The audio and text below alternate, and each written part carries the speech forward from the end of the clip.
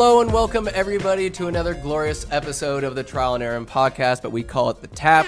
I'm your host Aaron, and today is a nice solo me ranting at you episode, a tap recap, but we'll call it a tap cap. Keep it short, I like it, a little slang, and I just got stuff to vent about, stuff to talk about, and who better to confide in than my loyal fucking followers, the Sliders. You're all elite, and I love you, and I want to shout out to, I didn't get the guy's name, but I went to go get my haircut today from the one and only Chad Wigmore, and at the barbershop in Vacaville, there's another barber there, and he's like, "Hey man, do you have a podcast?"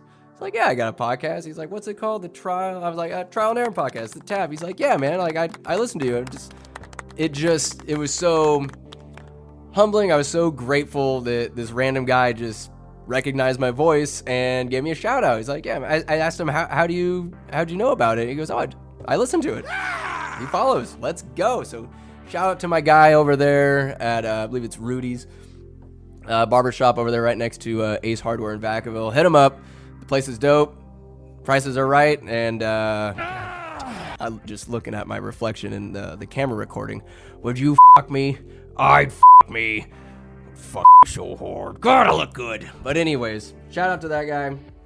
A little update here. So yeah, these rants, this tap cap, I want to talk about what's going on in the world, my point of view. Hopefully I can add some insight to your points of view, and talk about sports, politics, nerdiness, movies, what have you, reviews. These tap caps can be anything, just a lot of non sequiturs from one topic to the next. Starting out with the almighty, the reigning champs of the Winter Slow Pitch Softball League co-ed. It's the Marini Nuts, and we are 6-0, baby. With the playoffs around the corner, we're just devastating our opponents, but not this past Wednesday.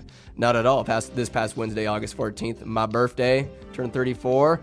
Back on the even number train, baby, because I couldn't stand 33. It's such a gross, ugly number. But the Marini Nuts took on the Adjustables.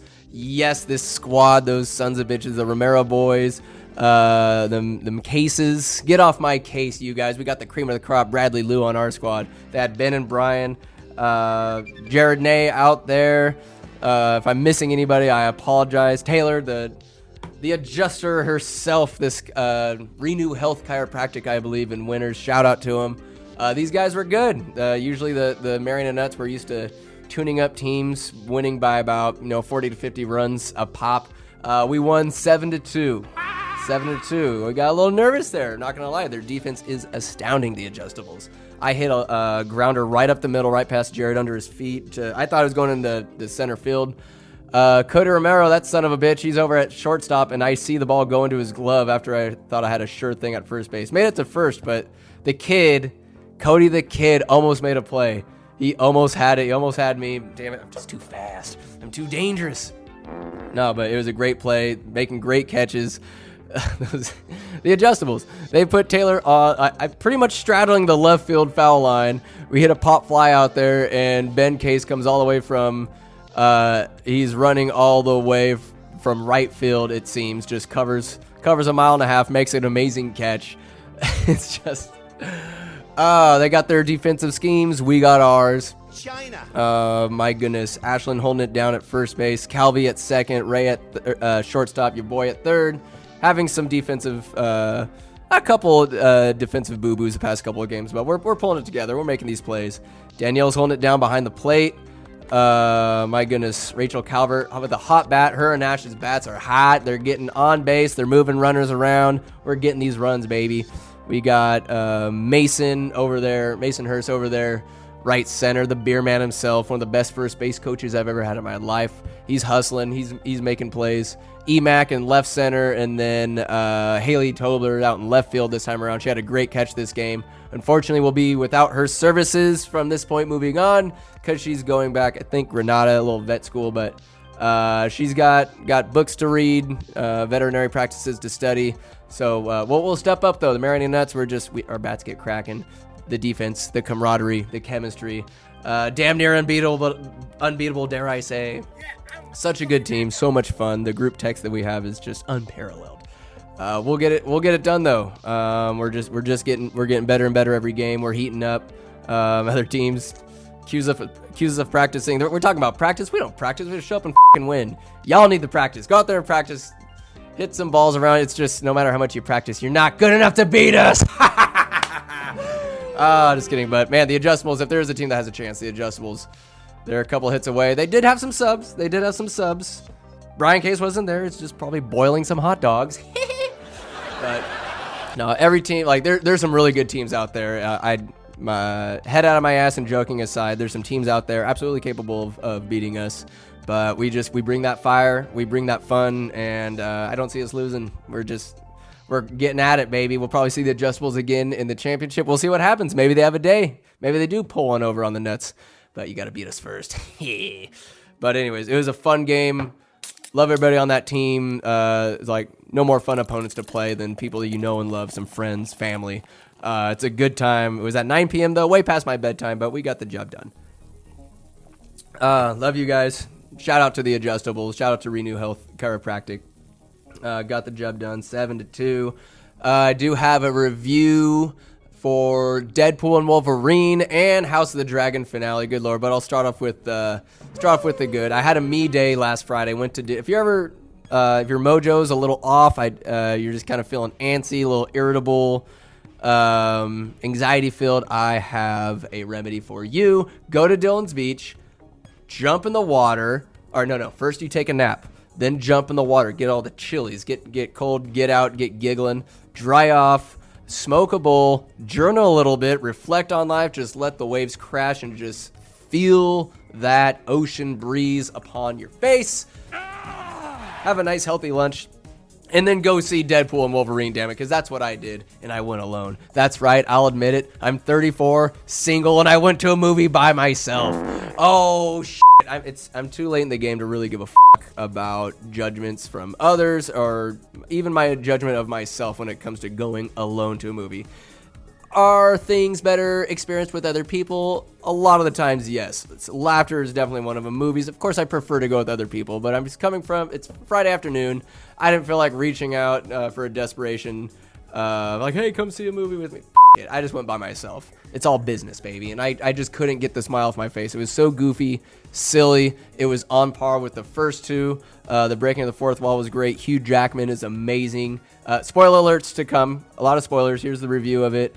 Out of 10 sandwiches, I rate it an 8. It gets 8 out of 10 sandwiches because the fourth wall breaking's a little on the nose, but it did have a tentative storyline. Luckily, the original Logan, Deadpool digs him up after Logan dies. Oh, this is how it feels after the movie Logan. Amazing. One of the best superhero movies ever made. Deadpool digs him up, but he's dead. The Logan, the Wolverine that we knew throughout the X-Men franchise and the solo franchise for Wolverine, he's gone. He's put the rest, but Hugh Jackman comes back as a Wolverine from another dimension, another timeline. They go through a bunch of others. Henry Cavill gets a nice cameo as Wolverine for all of a couple seconds. Let's see, you got your Chris Evans in there as Johnny Storm. You get Blade, Lil Wesley Snipes. You get Jennifer Gardner as Elektra. And then you get Channing Tatum as Gambit. It's awesome to see him fill that role, fill those shoes, because it never came to pass, the Gambit movie. But he's hilarious. He just looks so comic book character accurate. And Darius, I don't think this is a hot take to say, maybe other than Robert Downey Jr. as Iron Man, Deadpool, Ryan Reynolds as Deadpool is the closest, most accurate superhero, like comic superhero to movie adaptation ever. I mean, of course, Hugh Jackman's in there. There can never be another Wolverine. Arguably more iconic than Robert Downey Jr. as Iron Man, Hugh Jackman is Wolverine. He makes Wolverine. There can be no other Wolverine. Put this one to rest. There can never be another Wolverine. That's why he came back. I love it. They got it done. It's such a fan service in every way, shape, or form. Action's good. The music is fantastic. Music's really good. You get the giggles, and they definitely call out Disney. They call out the bureaucratic bullshit, the legal issues that studios clamor and fight over for the rights to these movies and the superheroes and stuff like that. They call it out. They hit it on the nose. They call out the multiverse bullshit. It is a failed experiment. It's a failed state, the multiverse. For some reason, it just didn't work out. Never works out. I mean, with my novel, it's going to work out when they get adapted into movies. But up until that point, the Soul Keeper franchise, it's just it's just not happening. It's too convoluted with all the Disney Plus shows, the movies you got to follow. People are kind of lost. They don't know what's going on. And Deadpool and Wolverine definitely call it out. Definitely call it out, and it's a lot of fun, this movie. You're laughing all the way through. Hugh Jackman's such an amazing actor. He gets you a little teared up with his ranting about his past. He goes out, drinks, is blackout drunk, and in the meantime, all the X-Men get killed. And he goes and kills all the people that killed the X-Men, and then some. Like, he's an absolute animal. He's the quote-unquote worst Wolverine ever. But he does such a great job. The movie is brilliant. It's spectacular. It's worth the price of admission. Go and see it in theaters. Have yourself a time. You'll just laugh, and you won't be dissatisfied with the product. Yes, indeed. But God, House of the Dragon. So, Game of Thrones was one of my favorite shows of all time. I still think seasons 1 through 7 are some of the most incredible bits of television content ever created. From the writing, the storytelling, the actors, the cast after reading a few of the books. The casting is immaculate. Every aspect of that show was brilliant. It started getting they started slathering on some stupid sauce, I think, in season 7 when all the guys, it's Jon Snow leading a group of angry, dirty warriors out to go get one of the creatures of the dead to show to Cersei, so King's Landing will side with Daenerys and all them. You got to defeat the Night King and all the dead, the living dead. It's an apocalypse. So they go out there. They're north of the wall, and then if someone dies, you got to burn the body. One of the guys, one of the side characters on the way on this expedition dies.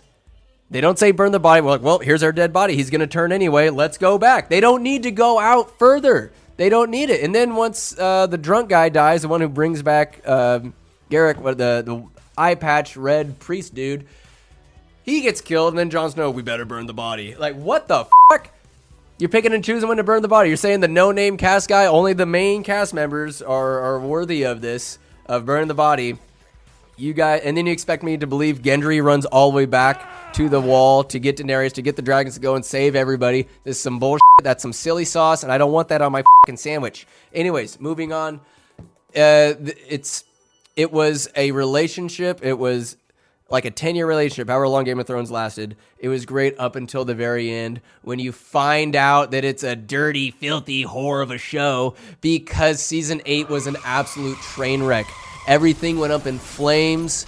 I don't mean that in a fun pun way. It was just awful. Everything did not tie together. There's so many stupidly loose ends, and it was done such a bad way.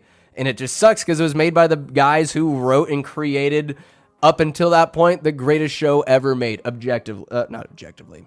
I guess it'd be more subjectively. Arguably the best show ever made. And to do that to their baby, to their creation, every aspect of season 8 was wrong. It sucked. I think the actors, when you see the video of them reading the script for the finale, for the entirety of season 8, like, they're in utter disbelief, and the fans reflect that. It's just, to this day, I rewatched Game of Thrones, and I stopped at season 8. I'm not going to put myself through it again. I did rewatch it years ago to see, is there something I missed? Maybe it's more likable, maybe it's more digestible than I'm originally believing. No, not at all, not even close. It sucks. I fucking hate it. I resent it, and it really reminds me, so it was a bad relationship. And now House of the Dragon comes along, and you expect me to just come clamoring and crawling back to the bad relationship? I know it's going to happen. It's a prequel. You lose. It's just, I know how it's going to make me feel. It's going to build it all up, and I think season 2 is a wild reminder of how shitty things are going to be to come. And I did have a glimmer of hope. There was one good episode, like the first season, for them to build up Rhaenyra. Okay, Rhaenyra was solid character, the young actress, the Australian actress, and then they change actresses. You change actresses and see halfway through season 1. Yes, she gets older. I get it. But when she was old enough and with the original actress to have sex scenes with her, are you afraid of going that route as she gets older, you can just put on a little makeup, or just the audience is already bought into her. I forget the actress's name, but we want her as Rhaenyra. The new girl, she does great. She's fine. The older actress, the older version of Rhaenyra, that's fine. It's just not who the audience fell in love with and identified as the X factor, the it factor. She had an it factor. I don't know if it was her look, the way she presented herself, but she was just a solid Rhaenyra. And season 1 ends, whatever. I'm not gay no Sons more. Die. There's some epic repercussions to come in season 2. Season 2 happens. Daemon Targaryen, the uncle poking Rhaenyra, his niece. The ex-Doctor Who, I don't believe that actor. Daemon needs to be a little more sinister, and I just see this fucking catcher's glove of a face on this guy, and I don't believe it. I'm like, you're not Daemon Targaryen. You inspire no fear. The camera they love doing the behind the head and back shot. He has a strut. He does have the strut down of the arrogant, cocky bastard that is Daemon Targaryen, but it's just, I don't believe him. I wish it was a different actor. I wish it were a different actor. It's not the actor's fault he got cast for it, but... And not to say he's not a good actor, and not to say that he's not making the most out of this opportunity to be Daemon Targaryen. I just think it could have been better cast. Potatoes. Anyways, that character, who's this pivotal, story-shaking character, who's capable of anything. He's murdered. You just don't know where you're going to get out of this guy. He's also an X Factor, a mover and shaker of the show. So what do we get? He goes to Harrenhal. He goes from being part of the main plot with the queen, a war's inbound. They're teasing a war. And he goes to this place, Harrenhal, off to the side for the entire fucking season. And he's on acid trips, drug trips, whatever. He's recollecting things. He's on a personal journey and just completely and utterly taken out of the season in any sort of relevancy whatsoever. And the season, before the season finale, there was a nice dragon fight. The king gets destroyed by his brother, Aemon, I think, the eye patch guy, and he kills the old lady, the old white lady, and her dragon. That was a little devastating, but I was like, all right, little sauciness in the show. They're getting there. All right. It got my nips a little hard. Just one nip.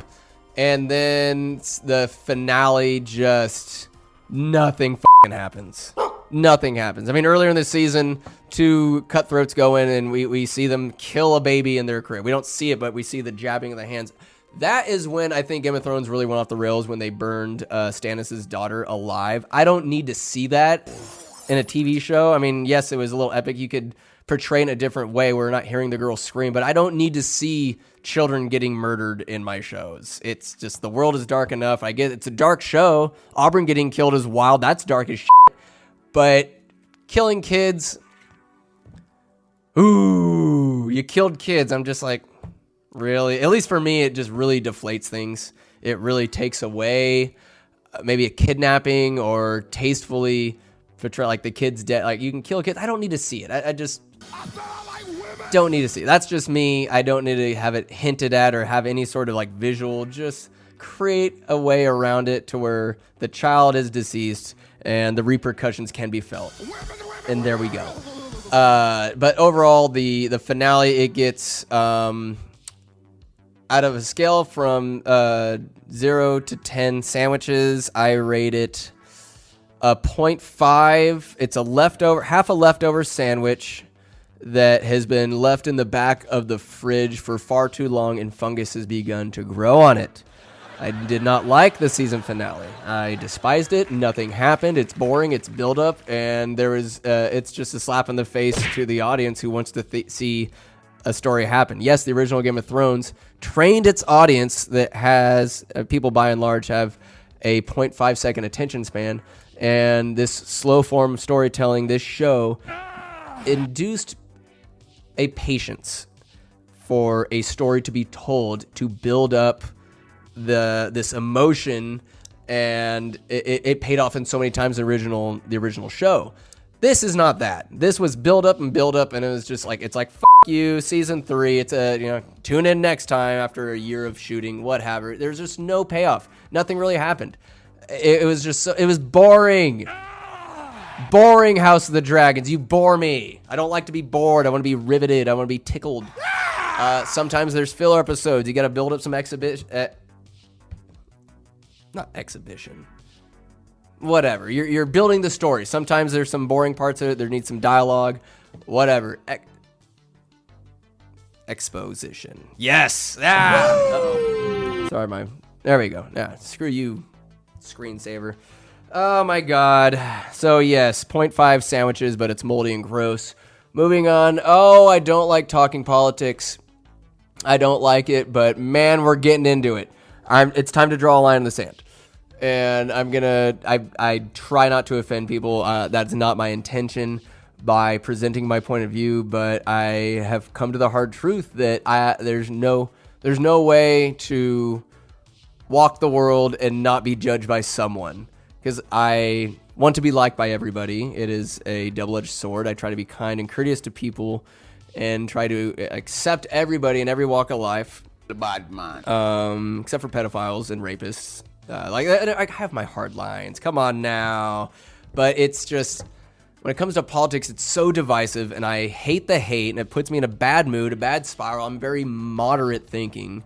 I see the pros and cons of both sides of the political spectrum, and I just cannot stand identity politics. I met a girl on Bumble about a year ago, met up in South Lake Tahoe, and there was some decent rapport. I wasn't expecting much out of it, just a meet and greet, have a drink, whatever, see what happens. And this girl comes with two of her friends, all good. We met in the casino to have a drink. Girl meeting a guy for the first time. It's 2024. For all she knows, I could be some serial murderer, what have you. Bring friends, be in public. It's a good thing. I'm not on her for that. What I am on her for is I have a belt buckle. It's an American flag. I thought fairly innocuous. It's just the flag. And within 10 minutes of meeting me, I'm a little tipsy at this point, but there's hugs, like what's up, how are you, can I get you a drink, what have you. And then she goes, who'd you vote for? I'm like, what? Who'd you vote for? I'm like, I didn't vote last election. I don't get down on politics like that. And she's, no, well, if you didn't know, you have to have vote. Like, she was insistent. China. She would not take no for an answer. And eventually I was like, well, she's like, well, you didn't vote for Trump, right? I just, like, no, I didn't vote. Couldn't assured her that I'm not some Republican. Oh my God, because those bloodthirsty savages. But China. She went on to say, well, like that belt buckle, she mentioned it, and she's like, well, it's a little aggressive. And at nowhere in our texting before that I get the sense that she was so wildly judgmental and radicalized to it showed me such little self-awareness on her end. What I should have said between us, all right, within the first 10 minutes of meeting, who fervently demanded the knowledge of what political allegiance I belong to? Did I demand that of you or you of me? Yet you have the balls to say wearing an American flag is aggressive when you are needed to know who I voted for, where my allegiance lies politically, before even understanding who I am as a person, where I stand in the world, my philosophies on life, what have you. No, politics first. That's all that a person is. That is the single most identifying aspect of any human being who's ever lived. Where is your political allegiance lies? And that just made me sick to my fucking stomach. It really bothered me, and it was just awkward from there on out because I would talk about myself.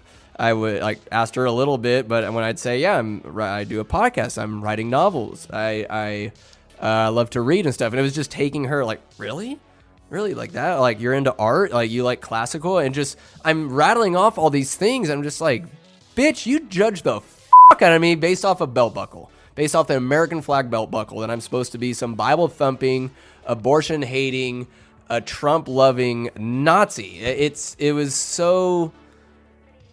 was just, like I said, the lack of self-awareness. It just bugged the shit out of me that she judged me so hard. I mean, judgment on anybody out the gate based on an article of clothing really sucks. If it was a swastika, if I had a belt buckle swastika, yes, I understand maybe a little apprehension about who you're talking to. Yes, I will judge a little bit. If you have a swastika article of clothing, I will be a little concerned. A lot of concerned, absolutely. But the American flag is not that. And my view on the American flag, I'm not judging her on how she takes the flag. I can understand why people hate it, but shout out to Mr. Stark in government class at Winters High School. He gave me a different perspective on how to process people burning the flag, burning the American flag. Like this, that's my country. This is where I'm from. This is where Winters is, where my community is at. This is where the Sliders live, baby. And hopefully overseas too. But America, like the communities here, like the government, people trying to take advantage of others. It's about community. It's about people looking out for one another. That to me is this country. But when people burn the flag, Mr. Stark really said, like, hey, you know, if this upsets you, think about it like this.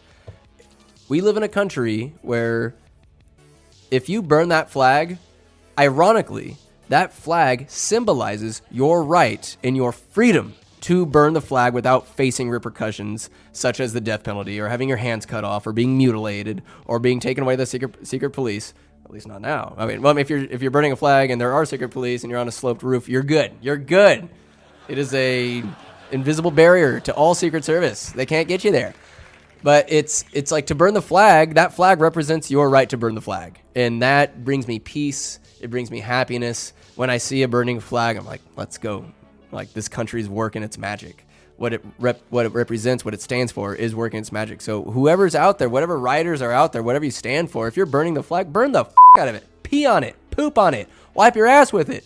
Run it over. Throw it in the trash. Tear it to ribbons. You are only making the flag stronger. You're only supporting what you hate in a bizarre twist. So burn that flag. If you got to burn it, burn it. You're not going to undo the sacrifices men and women have made to make that flag what it is. And it does suck. I mean, the government's corrupt as I'm not saying these politicians, people in charge, are worthy of representing that flag. Not at all. It's also representing that flag, just the firemen, the first responders who went into the buildings in 9/11. Like, that to me is what the flag represents and who's worthy of representing that flag. Not the politicians in charge. They're all puppets anyway. Puppets. There are strings on them. Absolutely.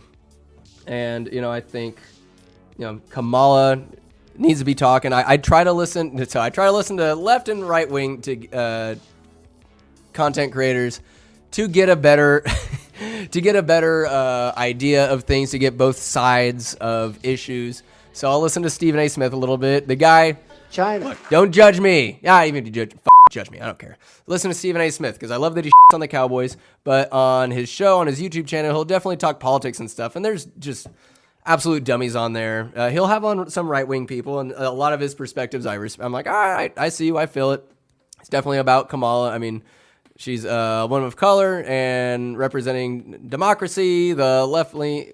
She's the poster child who, you know, maybe 4 years ago in 2019 running for the presidency, nobody wanted anything to do with her. But now she's the golden child because Joe Biden, he had to drop out because he's just not competent or he's not able to run for another term. But somehow, with the knowledge of his incapability of running and being president for another term, he's competent and has all his vices upon his faculties are available to him. He's competent enough to run the country now, as opposed to in a couple months. Like he's good.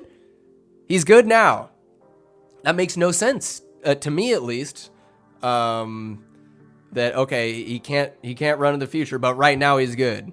As if there's a crystal ball to show. All right, and on this date, after he's done being president, that like then he'll lose the ability to be president. But until that time, he will absolutely be capable and competent enough to run the country, especially with all the shit popping off in the world right now. It just it just makes me shake my head, raise my eyebrows, caress my rugged 5 o'clock shadow with my palm, and just be like, what the is going on? So Kamala is now the poster child for the Democratic Party. Like I said, again, I'm moderate, and I will shit on the right wing as much as the left. That's why I'll listen to Bill Maher a little bit, a libertarian point of view. I'll listen to Dave Smith on the right side, a little Ben Shapiro. He irritates the out of me at times when he tries to be funny or do his little impressions. Little Ben Shapiro action. There's AM radio, there's Armstrong and Getty in the morning. They get all riled up, those fucking goofballs. And then the afternoon there's Sean Hannity. There's just some dingleberries who they just stoke the fire of anger. It's just the radical right or just the unwillingness to even adhere or contemplate or even agree with an opposing side of views, ideology in any facet, whatever, reproductive rights, whatever the issue is, there's no respect for anybody, because there's no respect going back and forth. But at the end of the day, these are media entities, and what they do is to sow discourse. They love it. They want discourse. Look at the algorithms for Facebook or whatever. When there's discourse, that means people are still, they're dialed in, they're using your product, they're tuning in, they're going to see your advertising. That's where all the money comes from. And discourse is king. It means people are engaging with your product. They're watching what you want them to watch. Like, they're getting pissed off. You're reinforcing what they're pissed off about and radicalizing the opposing side of you. It's just one big, just whirlpool of lies, full lies, half truths, whatever you want to view it as. It's just a shit show. It's a shit show, and it bothers the I mean, this trans issue. Let me just preface this, because I had to re-record this podcast up until this point because I didn't think I portrayed myself as well as I could have. People in this country should be able to be whoever they want to be. All right? Different strokes for different folks. I'm about that. But what bothers the out of me these days when I heard that King Newsom passed a law that if a child wants to identify as a gender other than what they were born with and have different pronouns, then teachers are not to inform the parents of this decision of what's going on in their child's lives. So that bothers the out of me because it's a gross overreach, and the government should not be with families. Do not with families. I don't care if families are about it, against it, what have you. It's such a gross overreach. What's going to happen during parent-teachers conferences? And it sows mistrust, lies. To not tell the full truth is akin to lying. And if a teacher knows what's going on with the kid and they don't mention it at a parent-teacher conference, or what if the teacher wants to tell them, but you're breaking the law, you can't do it, because it's just such a muddied mess people should be respected for who they are. And I don't think discrimination has ever worked out in the benefit of any group, not only those being discriminated against, but those discriminating. It's just more discourse. And for a fact, media, political parties, it's one big show, and people are just looking for opportunities to be offended by any little thing, especially when it comes to this. It's such a polarizing issue, transgender. And where I come from in this, it's like a health decision. It's been politicized, but it's overall, I'm just worried about someone's health, mental, emotional, spiritual, physical. When it came to COVID, I'm not anti-vax at all. I'm not vaccinated, but I sure am not going out there and dissuading people from getting vaccinated. If that's the best choice for you, go for it. The government should keep their bloody hands out of women's reproductive rights, whether it's abortion, birth control, the availability of it, or those resources. Get the out of here with that. No government entity should ever tell a woman what they should do, what they can do with their body. Get out of here with that. Can't have that. No, I do not pick and choose where I'm anti-government in the first place, but the government having such sway over your health choices with that. For me, it's an extreme, like I said, moderate. When it came to COVID, I'll get tested 10 times till Tuesday. If that is the middle ground, that's a compromise I was willing to make every day. If I'm around people who are vaccinated or uncomfortable, what have you, I'll get tested. That's not true for everybody. I would wear a mask to not I'm not trying to cause a huge fuss. Was it inconvenience? Fuck, absolutely. Do I think the remedies and the mitigation, the pandemic mitigation techniques used, I thought they were far worse and more detrimental than than COVID itself. The psychological impact on kids and society at large, masks on, being cooped up inside, what have you. If this was the plague of children, if this was the Black Plague, everybody's dying, bring out your dead. There's death carts going around, picking up dead bodies, everybody's dying. There's a difference between that and what we experienced. The world's forever changed. We were fucked by more than just the pandemic. And however people wish to view it. It was kind of like a church culty, in my opinion, where Fauci was the Pope, and all edicts and mandates, like the do it or else, bothered me. The fact that there were doctors, some doctors and nurses were like raising questions like, hey, what's going on here? This kind of doesn't feel right, or whatever. They're fired, as if the years of schooling that they put in to get to that point was worth them losing their jobs. Oh, they're crazy people, whatever. Are they? Why is this the only time that science cannot be questioned or talked about, discussed further? No, this is the science, and this is how it's going to be forever. Look, I'm not trying to stir the pot, not trying to upset those who are vaccinated. In fact, I hope every vaccination works. People are jonesing and clamoring for the vaccine. People have side effects or get hurt. Oh, there could be blood clots or birth defects, get cancer down the line. I don't want that to happen, because that means a lot of people that I know and love are going to get hurt. Yeah, I'm not gay no more. Fuck that. I don't want the vaccine to have some crazy repercussions down the line. Hopefully it works. Hopefully it keeps people safe, and we can just keep on moving now. And if it was in my opinion, if it was as devastating as the media and everything made it out to be, I'd have 3 masks on my face right now and 5 up my ass just in case. But we're not there. We've moved on. And, when it comes to seeing people with masks on outside, I don't want to judge them. I try not to. I just feel bad. Like, breathe the fresh air. It'll do you more good than not. And some people have, COVID aside, have health issues that where they feel more comfortable wearing a mask. Wear the mask.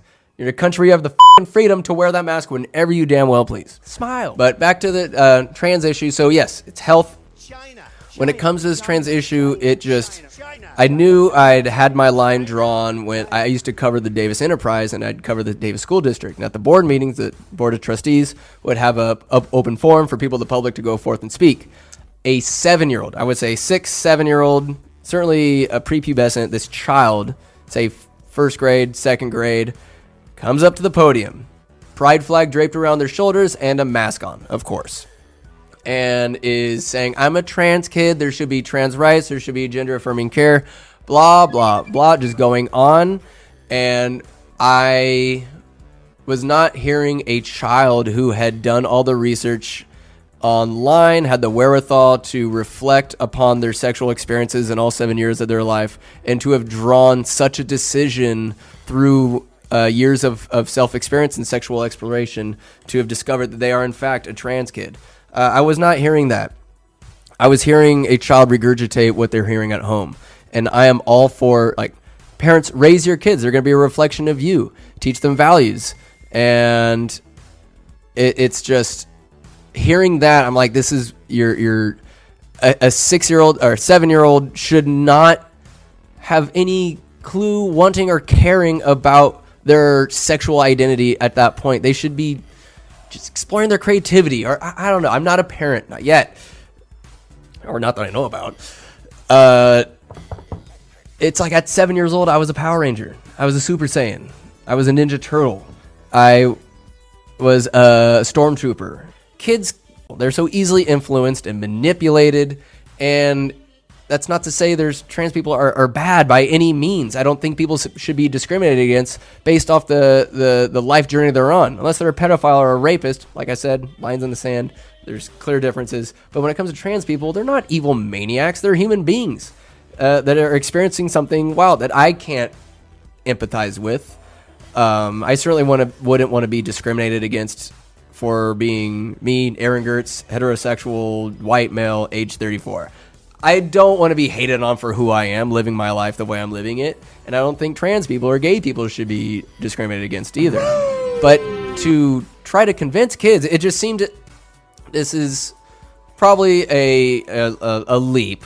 But for this kid at this board meeting to say all that, to regurgitate their parents' words, it's like you're using your child as cannon fodder to virtue signal. Like they're a sacrificial lamb being led to the pyre of your radical ideology to burn so you can smile bright and have others see you as this open-minded progressive individual. It's keep kids out of it. They don't need to know who they are as a sexual. They don't need to know their sexual identity at the age of 7. They should be drawing, having cartoons, having sleepovers. being friends, being open-minded, and just having a childhood. Mind you, you're dealing with people who still believe in Santa Claus, essentially. You're dealing with people who still believe in Santa Claus, and you're expecting them to come up with this just life-altering decision or this just find out who you are right now. Why the rush? Let them believe in Santa Claus. And in my opinion, this shouldn't be imposed on them until they hit puberty and then some. Dare I say 18.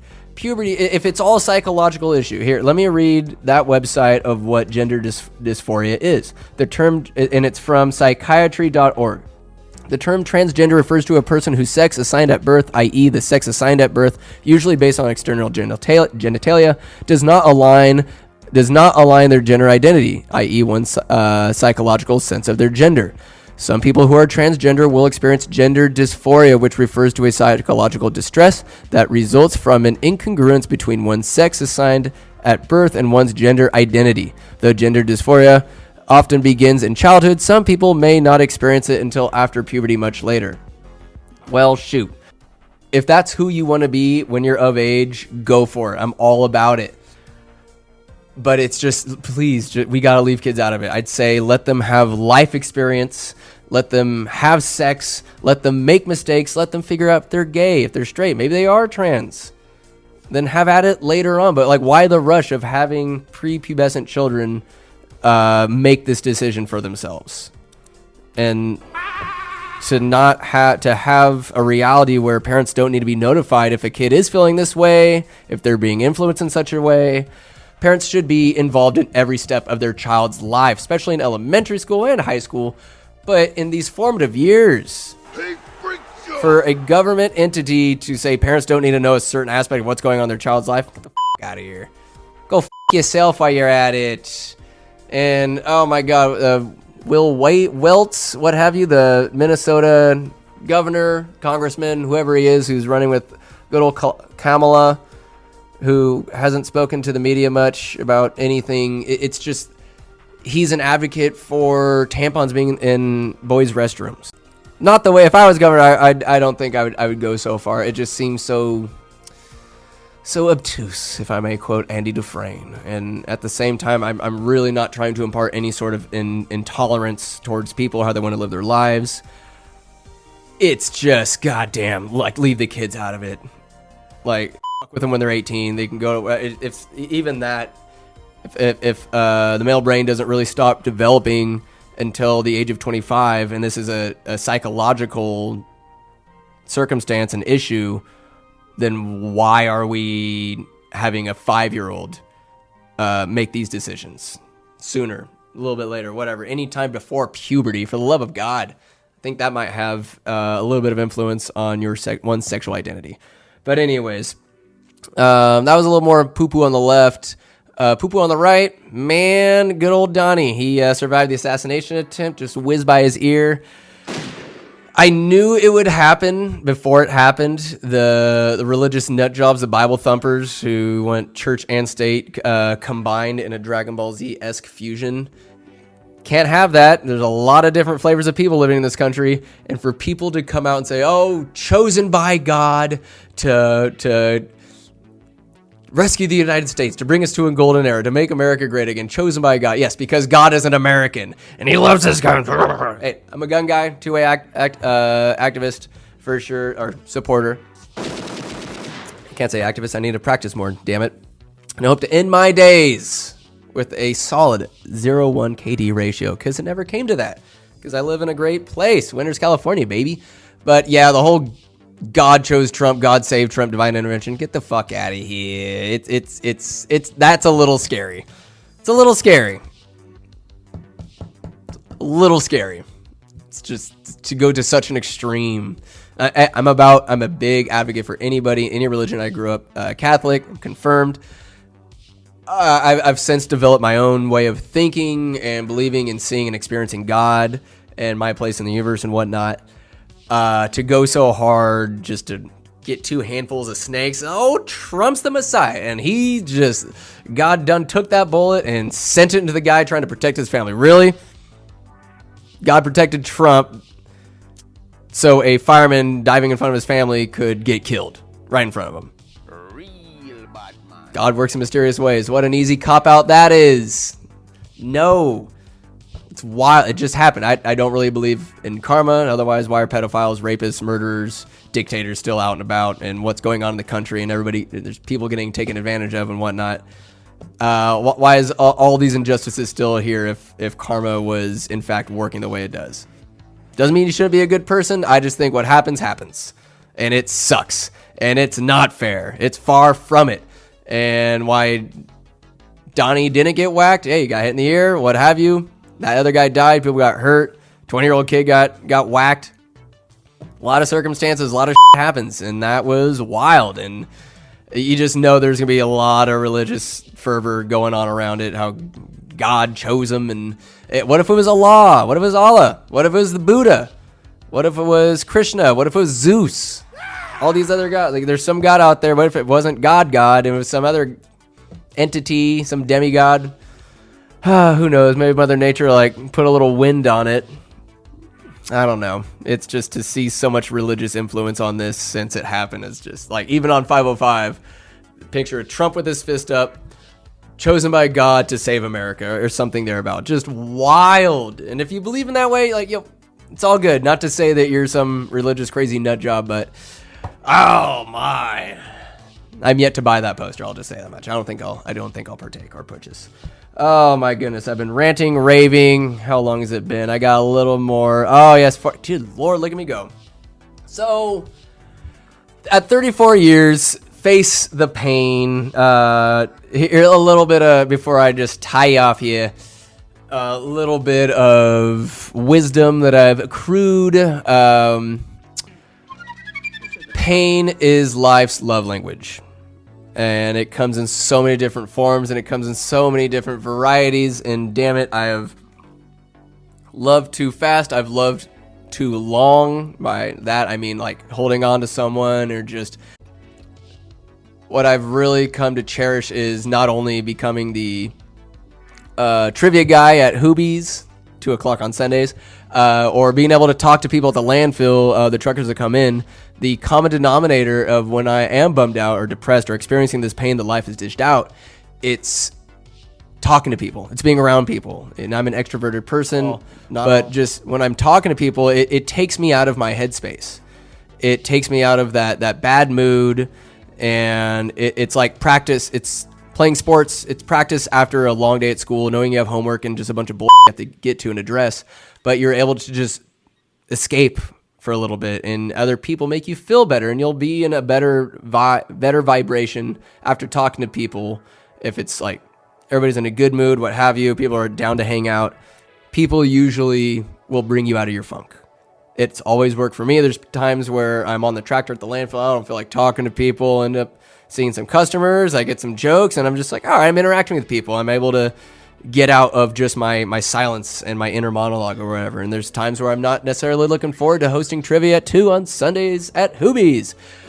But I go there, I get the juice from people, and damn it, we have a great time. Before I know it, an hour and a half has passed, and it's why was I not looking forward to this?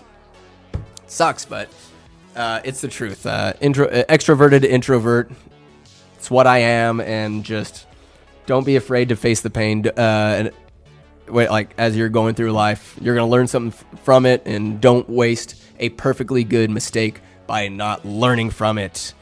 Put that shit to good use. It sucks a bag of dicks, but you're not going to not suck that bag of dicks, so might as well learn from it so you don't have to suck another one. Anyways, you guys, I've been ranting. It's past my bedtime already. I'm going to finish this glass of whiskey, and before I tie you off here, I'm going to add another goy story. How about it? Another. Austin, now it's for you, baby. Thanks for the shout out for the first goy story. You guys are going to fucking love it. I love you. Thank you for listening to this Tap Cap. And until next time.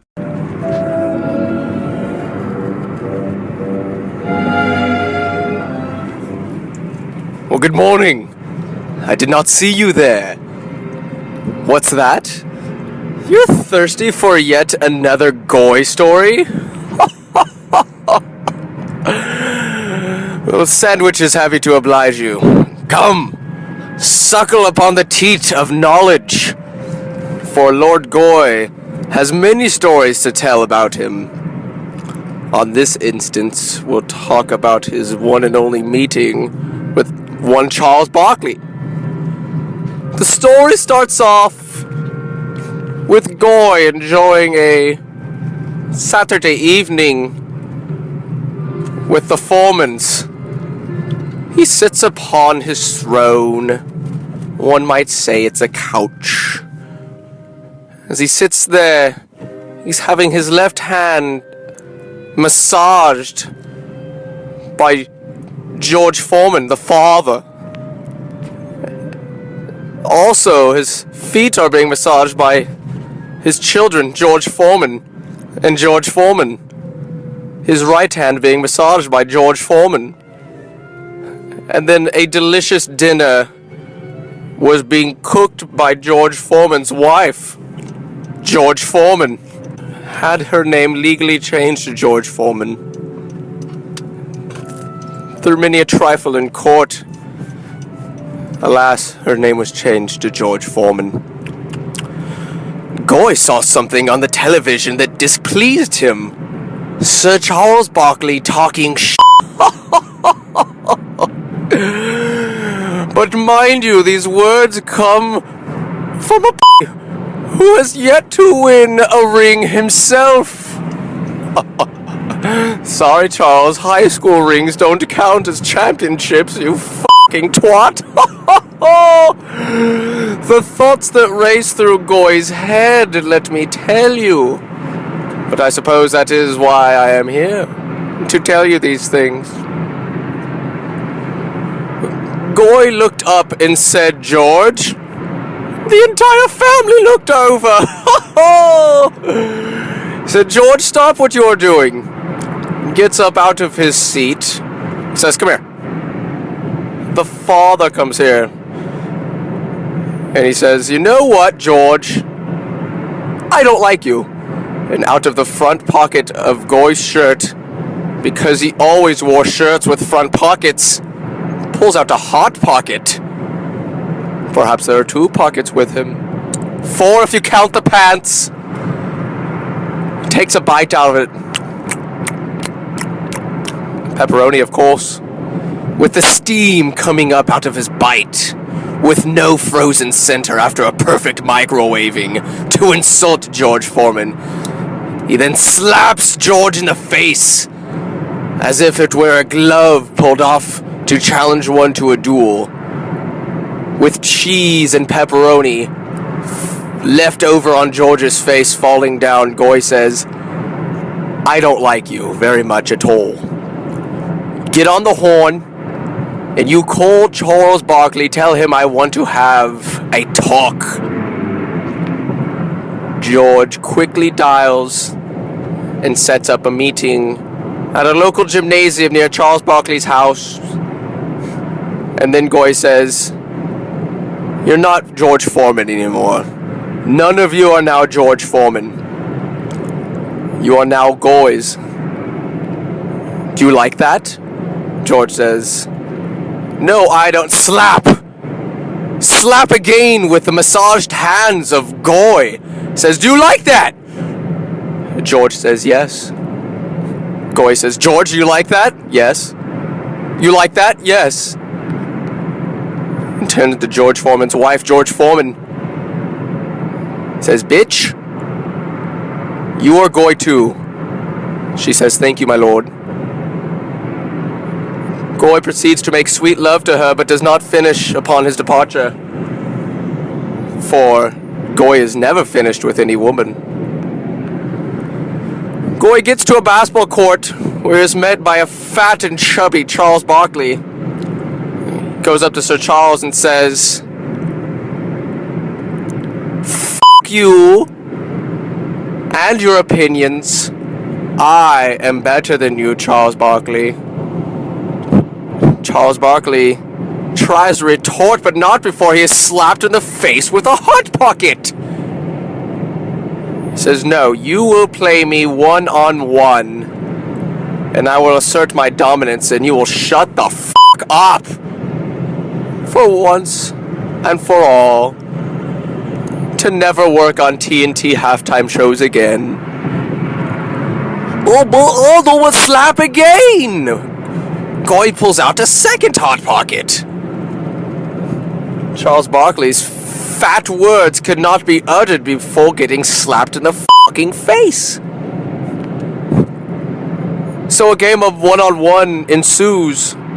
Goy wearing not but Levi jeans and his button-up shirt and steel-toed boots. Charles Barkley obviously gives him the ball at the top of the three-point line. Half court, playing to 11. Goy says, "Get the f*** down here." Charles Barkley understands he is just a petty little bitch and must do his duty, for Goy is a far more formidable, sexy alpha male.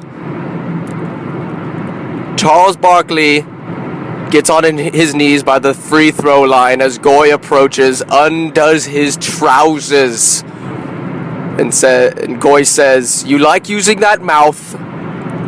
Use it right now." And for the next 45 minutes, for Lord Goy is admittedly not the best at basketball, Charles Barkley performed oral sex on Goy, while Goy shot free throws. If he missed, Charles would step back, fetch the ball, give it back to Goy, and resume pleasuring Goy. It took a while. Like I said earlier, about 45 minutes. And Goy eventually made the shots. Winners outs, of course. The only way to play a man's game. A man's game. Upon the 11th point, Goy said, "Victory is mine, Charles." Charles stands up and Goy says, "I'm not finished." For Goy never finishes. And with a mighty blow to the face of Charles Barkley, oft said it was a punch, but this be the hand that slapped the shit out of George Foreman, as it did Charles fucking Barkley. Charles' face is now on the side of his head, for he was bitch slapped so hard. So now it's just a blob of skin on his face, and then the rest of Charles's face is on the side of his head. A disfigured little twat who does not perform oral sex very well. Of course, the oral sex for Goy never ends. It was a fool's errand for Charles that surely ended. Goy got back on his plane and went back home, where the Goys were waiting for him, formerly known as George Foreman, George Foreman, George Foreman, and George Foreman. And Goy says, "Keep doing what you are doing, and watch the halftime show to the next game with no Charles Barkley. And alas, there's only Kenny and Shaq and the white guy whose name I cannot remember, but does not irritate Goy as such." And Goy lay there continuously getting his hands rubbed and feet rubbed, and then had a splendid dinner, compliments of Goy Foreman. This has been yet another tale amongst many tales of Goy, and alas, you must wait for the next tale of Goy, which will most likely be tomorrow. This is Sandwich saying, have a Goy day. You lose! Good day, sir!